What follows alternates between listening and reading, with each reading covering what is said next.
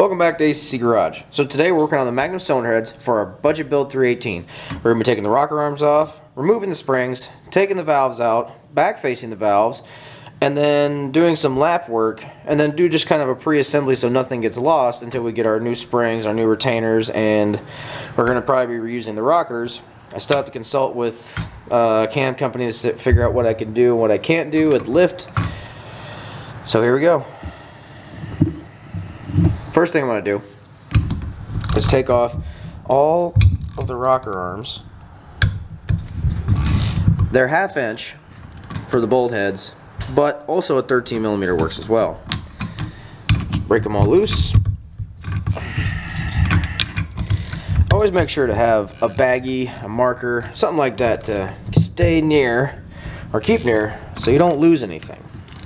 You want to make sure you keep everything as organized as possible, because if you take more time to organize your build and you keep everything on file or in your head, where I usually place it, the rebuild will be a little bit smoother. So the first thing, let's go ahead and take these off real fast.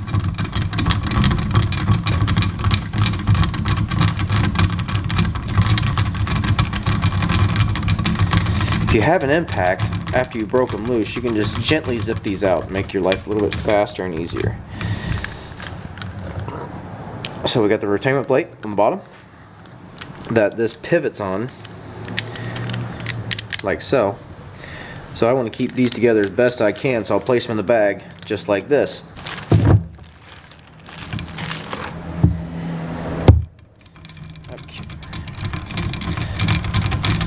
Let's go ahead and skip forward to this thing getting completely empty. Okay, now we got all these off. We can see that everything looks okay so far. The next thing we want to do is kind of look at everything that's around and see if there's any indication that there could have been any failure points, any problems with this engine. So now we have to get a special tool that you will need for taking valve springs out. But hold on, since I already have the socket in place, I'm going to take the spark plugs out and see if there's any damage. Because the good thing is that if you look at a spark plug, it is your window into the combustion chamber. You know, it's a lot simpler to pull a spark plug than to pull a head off. Okay. No bad indications here. A little chunky, but that could just be for me moving it around.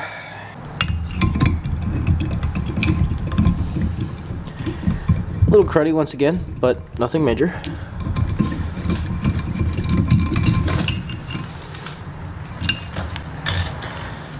Oh, again, still doing good. Last one.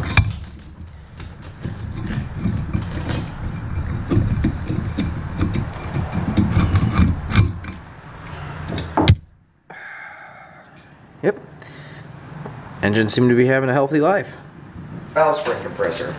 And this is the one I have. A machine shop was actually throwing this out because it was too weak and it wasn't performing as they liked it. So I actually took it and welded extra supports on here so it wouldn't be as flimsy.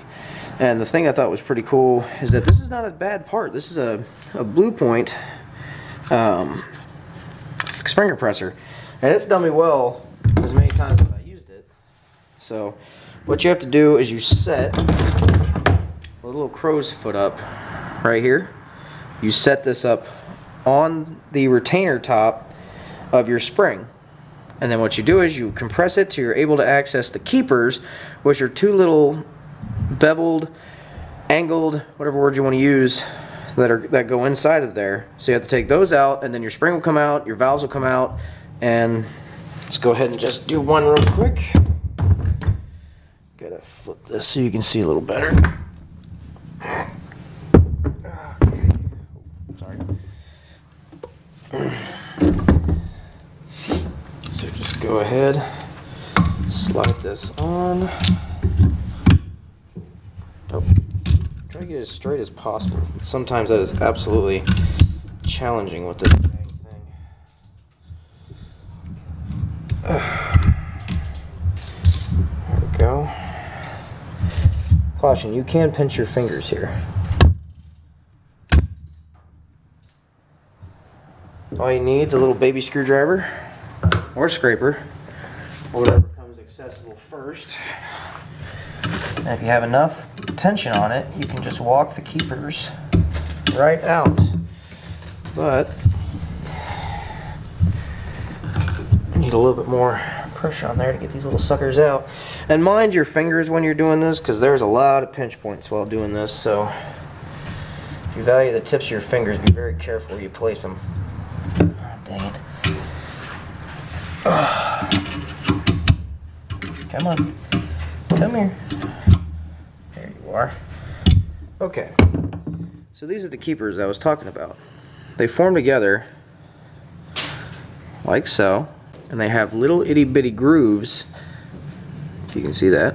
Little bitty grooves that actually lock in to the valve to help retain the spring on the valve stem. So take this off. That's one. So you always want, once again, try to keep everything together as best you can. Retainer, push the valve out. It's very sooty, which we can clean that off. That's no big deal. And there's a little bit of a bulge here, so what we can do is smooth that bulge out just a little bit, which might help us with our airflow. Well, will help us with our airflow. But I don't want to go too crazy on these because I want to be able to make sure the longevity of these are still good.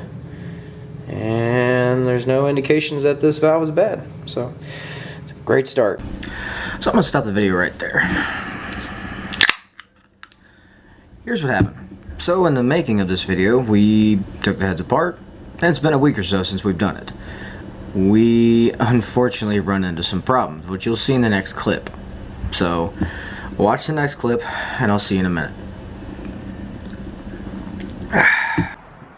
So sometimes you get the bear, and sometimes the bear gets you. In this case, the bear got me.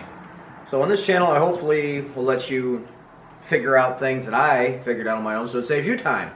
So first off, listen to your friends who have done this longer than you. Even though these heads were a nice deal and I pulled them off for relatively cheap, I was forewarned by one of my buddies who does Mopar stuff, and he said, yes, these heads are great for flow, they have nice big valves, but they have an innate problem, and all of them have it. And I thought, well, I might get lucky. No. So the innate problem with the Magnum cylinder heads is that the deck surface, which is located right here, is a thin casting, which makes them very prone to cracking. So once again, I thought, oh, I'm going to get away with this because it's a $40 set of heads.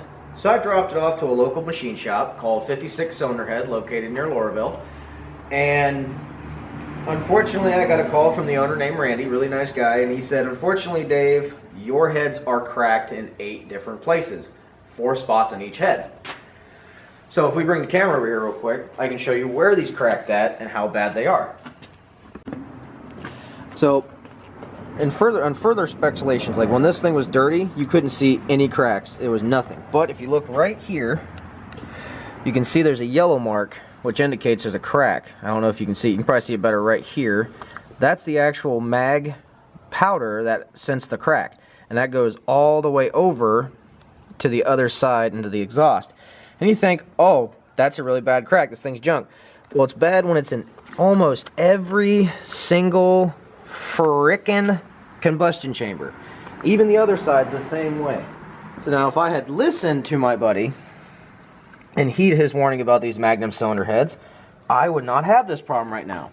So the problem is now we have something I'm coming to talk about, which I'm going to be doing a different budget. Granted, I've already written down the dumbass attack budget, which includes me being stupid and not listening to my friend. So what this is, the engine was 50 bucks, right there. Magnum cylinder head's 40, hot tank and mag was 100, and then the intake manifold is 157, which brought it out, and you can make fun of my mathematical skills if it's wrong, $347. Now, for me to get a replacement set of these that are ready to go, that is $256 per head. Times 2, that is $512 before tax. I could be wrong because I just did that quickly in my head. So now we're adding $512 to $347, which is $958. $859. And I haven't even bought gaskets. I haven't even bought a camshaft, timing chain set, nothing. So at this point right here, this budget is, there's no way. Under 1,000. So now you see where this road would have gone. Now what we're gonna do, if you follow me, is that even though the garage is a mess right now because we're kind of scrambling to get this done, we're gonna go back to these cylinder heads, which is the 302 casting heads. So now we only have $50 and $157 for the intake manifold. Do the math at home. So my plan is to take these heads, which my Mopar guy, the one that warned me about this, told me that these are good heads. 302 casting cylinder heads are very modifiable, so be. On this side, I said before in the past videos, this has a 176 valve and a 156 or a 150. What I'm going to do, since there's a good margin right here in between this, we're going to go to the machine shop, the same guy that did me right and showed me that these heads were cracked and they're junk and he wasn't going to go any further. So what we're going to do is try to open this up to a 188 or a 194 if it's possible. And then we're going to also make this bigger to a 160. On this side, since these have little rinky-dink ports, we're going to try our best to open this up without damaging any kind of airflow or port velocity while giving us a bigger thing for a bigger charge. We're going to try to block this off right here because this, even though it's already blocked off by crud and junk from over years, we're going to block this off because all this is a port that pushes exhaust gas across the manifold. And if you know anything about performance, you don't want heat. Heat is your biggest issue when it comes to the actual fuel charge because when it's hotter, the fuel molecules are not as big. They're smaller.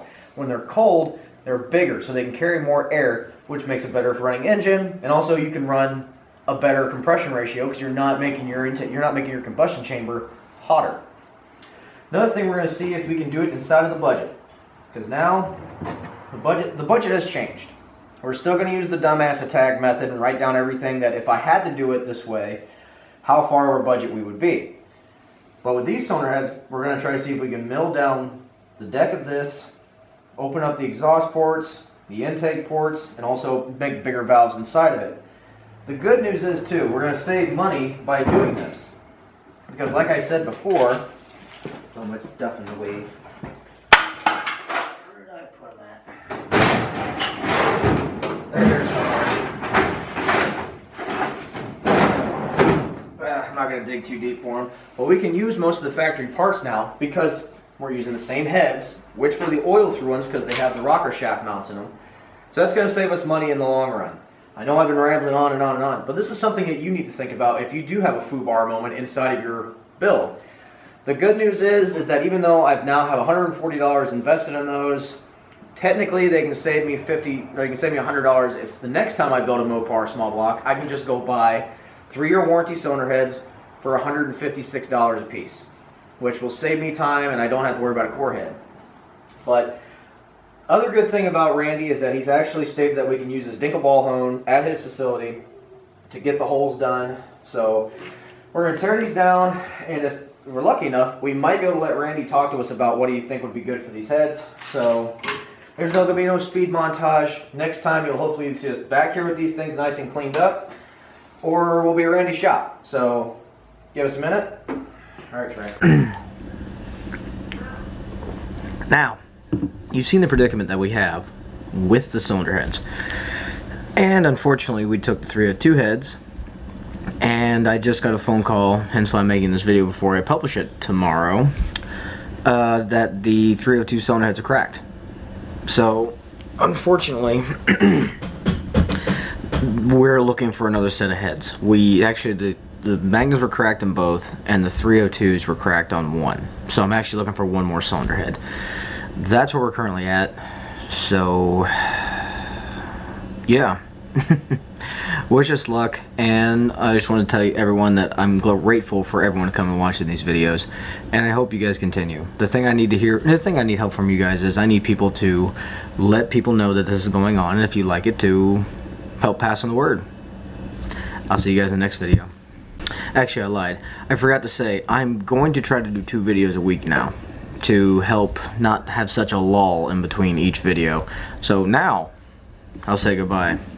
Have a great rest of your week.